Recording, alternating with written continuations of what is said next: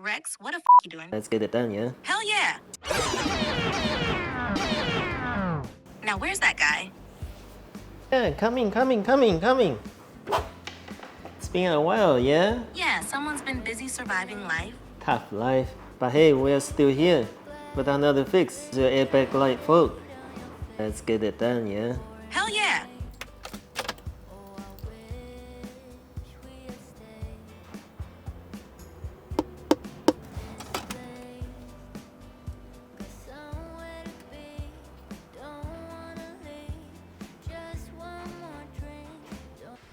So Rex, what does it say? Well, your MI system is logged as 00000B battery positive terminal isolation fault. And it's a hard fault, meaning that the fault cannot be erased unless the battery isolator is replaced. Now, this guy lives right by the battery positive cable terminal.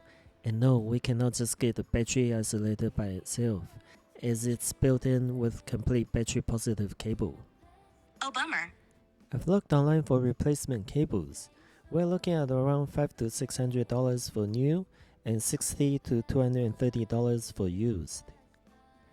Since I have other plans for Army in the near future where I might end up eliminating the complete MIS system, I will address the MIS light for now and install mechanical battery isolator switch at later stage. The plan for now is to isolate the battery positive isolator in a non-destructive way.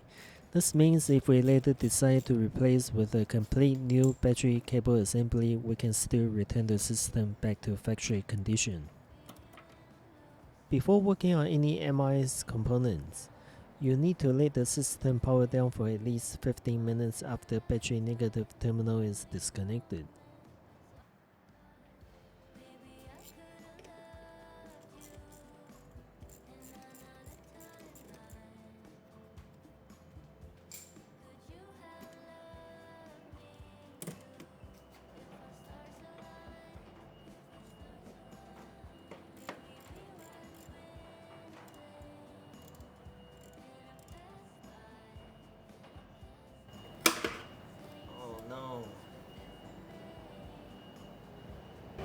Another thing to fix.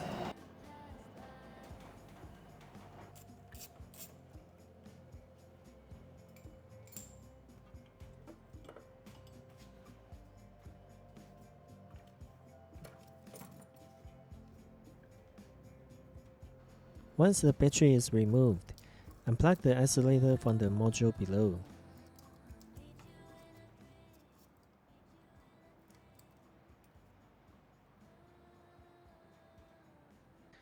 I'm going to cut about halfway of the isolator plug wiring.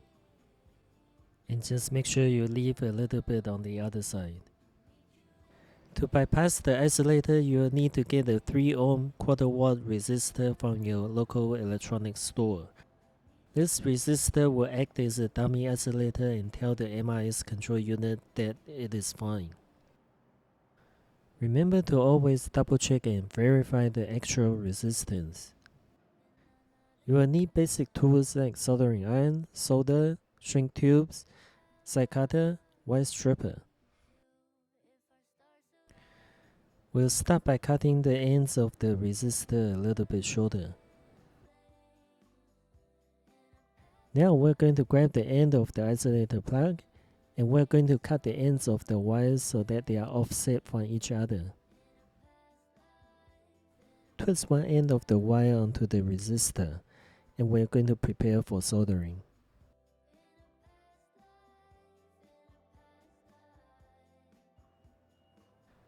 Once we have soldered the first end, we will cut the string tube and cover the whole resistor and wiring. Just leave a little bit of resistor leg out.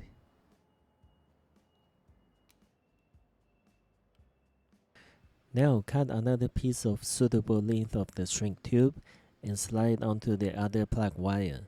Twist one end to the resistor leg and solder the joint.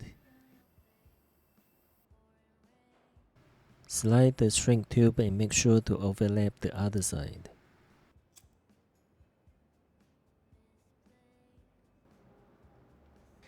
At this stage, we are almost finished with the dummy isolator. Adjust the resistor wiring so they loop without sharp angle bends. Well, most of you can probably use this dummy isolator already, but I'm going to utilize hot glue and eliminate the possibilities of resistor leaks from breaking off due to vehicle vibrations. The white paper you see is actually a piece of vinyl backing paper I have lying around. You can also use some baking paper for this and tuck under the dummy isolator when you are squeezing the hot glue.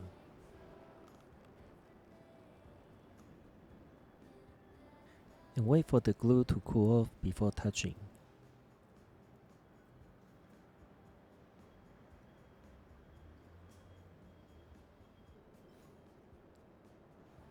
Bit of an overkill, but I'm going to cut off the excess glue now and wire tape the lot.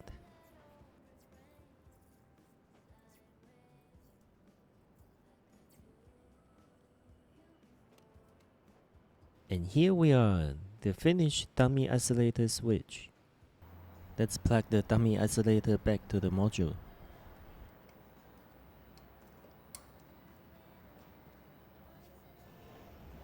On the actual isolator side of the wiring, just slide another piece of shrink tube, insulate again by wiring tape and secure it properly. Well, we have finished with the dummy isolator.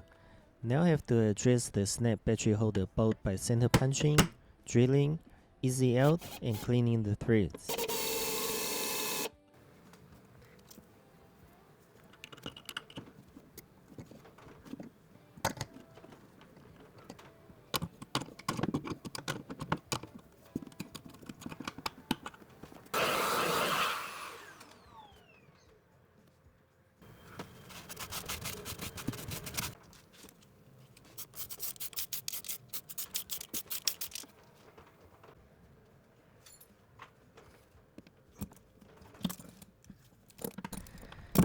This old battery failed not long after, so I highly recommend checking out our EP03 in my R53 MINI repair series, link at the top of the screen. I cover how to properly test and verify battery condition, along with the full replacement process.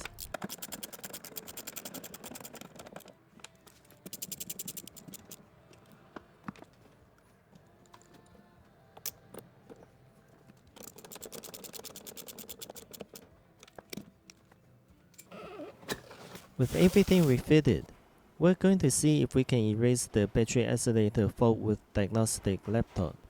And so we did. The MIS system is back on green, and the airbag light turns off normally after MIS system self-check. Well, guys, Rex has shown you an alternative way to overcome this airbag warning light issue on me. But generally speaking, the proper and safest repair method is always to replace all MRS-related components with brand new genuine parts. Since Rex already has other plans for me in the near future, where all MRS-related components will eventually be removed, this solution made the most sense for our situation. And lastly, if you do decide to go with a dummy battery isolator setup like this, always install a proper manual battery isolator switch, so at least the feature is still there in case of emergency.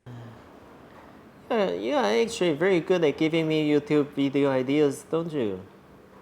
Take care, guys, and we'll see you again in the next episode.